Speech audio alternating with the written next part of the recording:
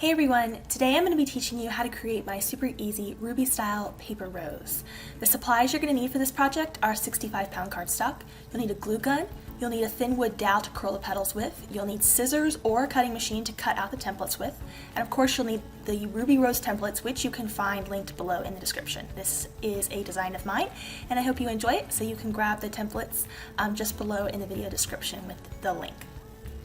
If you find that you need the cutting machine measurements, you shouldn't, but if you do, you will be able to find those below also in the video description for your convenience. So this is a super easy beginner rose and I can't wait to show it to you, so let's go ahead and get started. Okay, first things first, you're going to need to cut out 6 of the ruby rose petals. Use your templates to do this. You can hand cut using the printable PDFs included, or you can use the SVG cut files with a cutting machine. You're going to want to grab your wood dowel and you're going to want to just curl each of the petal points around the wood dowel. I've used many different size wood dowels for this. You can use a 1/4 inch one, which I think is what I'm using here. You can even use a 1/2 inch one. If you don't have a wood dowel in hand and you want to just use something in a pinch, you can use a glue stick. You could use a pen or a pencil to curl the petals as well. So you just want to curl all 6 of these around the wood dowel. Once you've done that, we're going to start assembling them. So I grab one petal point and then I grab another one and add just a little bit of glue on the bottom of the one and place it right in the center of the first ruby rose petal. And you're going to want to just pay attention that you're alternating your petal points. So see how the one on top, the petal points are alternating to the one on the bottom. You're basically going to repeat this process until we close the rosebud. So I gather the petals a little bit more each time, and then I place it right in the center, making sure to alternate those 3 petal points to the 3 that are below it. So it's sort of going every other one. As you start to work towards the center more, you're going to want to tuck all of your petals the same direction and give them a bit of a twist at the bottom so that they're going to want to stand up more effortlessly and hold a tighter closed rosebud center. So this is my 4th one going in, and when you get your 4th one in, you may not be able to tell exactly if the petal points are alternating, and that's okay.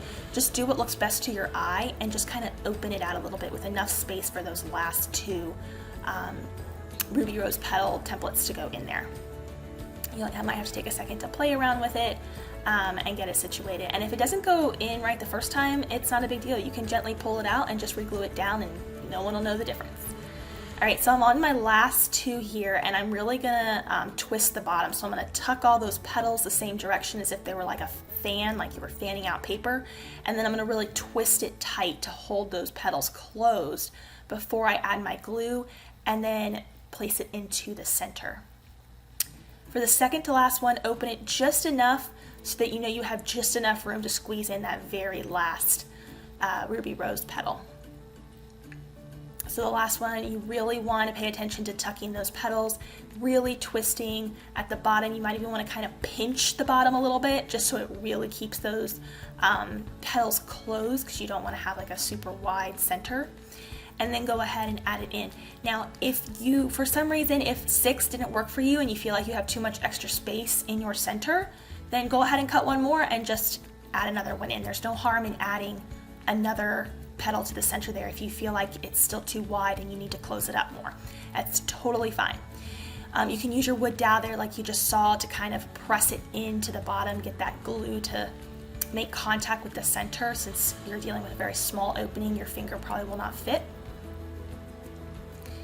And there we go. That is essentially how easy it is to make this ruby style rose of mine. Super easy, very beginner friendly for roses. Roses can be challenging, but this one is really beginner friendly. So if you just want to stop there, then you can. If you want to stem your flower, I'm going to show you how I stem mine as well. I use a 18 to 22 gauge wire, and I form a little circle at the top at a 90-degree angle, just like that. And you're going to want to cut out an additional layer of the ruby rose petals. And you're going to want to poke a little hole right in the center. You also might want to curl these just a little bit, just so they don't look completely lifeless with the rest of the petals. Just add a little bit of a gentle curl. And for this one, you can have it where it's curled up, or you can flip it over, which is what I'm going to do. I'm going to have it so the curls are pointing down.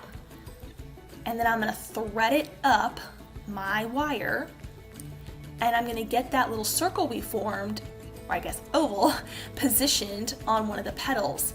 I'm going to add a generous amount of glue, and then I'm going to press it to the bottom of my ruby rose. Try and pay attention to see if you can get the petals to alternate if you flip the rose over, so that they're not directly in line. But you might need a little practice on that part, and that's fine. I didn't do it right the first time I made these either. But this is exactly how I add stems very quickly and easily to my paper flowers. You just cut that extra petal layer, form that little circle at a 90-degree angle, and then thread it up and glue it. You want to make sure, like I'm doing here, that you hold it for a good 20 to 30 seconds so it doesn't pop off. You want that glue to be fairly well set up, otherwise it might try and come off. Mine was sort of starting to come off because I let go too soon there. You might want to just hold it and pinch it in place for another minute or so. And that is exactly how I stem this ruby style rose of mine. So again, you can stop here if you want to and you're happy, or you could always add some greenery. So there is some greenery included in the templates, and if you want, you can always take a couple little pieces that you've cut out and you can add that to the bottom. Of course, you can trim down the size of your wire to your preference. If you're using this in a bouquet or an arrangement, you might want to just, take note of what size the wire in length should be. And if you decide to add greenery, then I just add a dot of glue at the edge of the greenery there at the bottom, and then I just tuck it underneath the flower. I don't do anything special there, I just sort of glue it right to the bottom, and it just looks like it's coming out of the side very naturally there when you're looking at the rose from the top. And that's it. That's how easy it is to make this ruby rose template, super beginner friendly. I hope you guys enjoyed this tutorial. Be sure to grab these templates linked below this video. And I'd love to see what y'all are making, so be sure to join my Facebook group, which I've also linked below this video as well. And I will see you all there.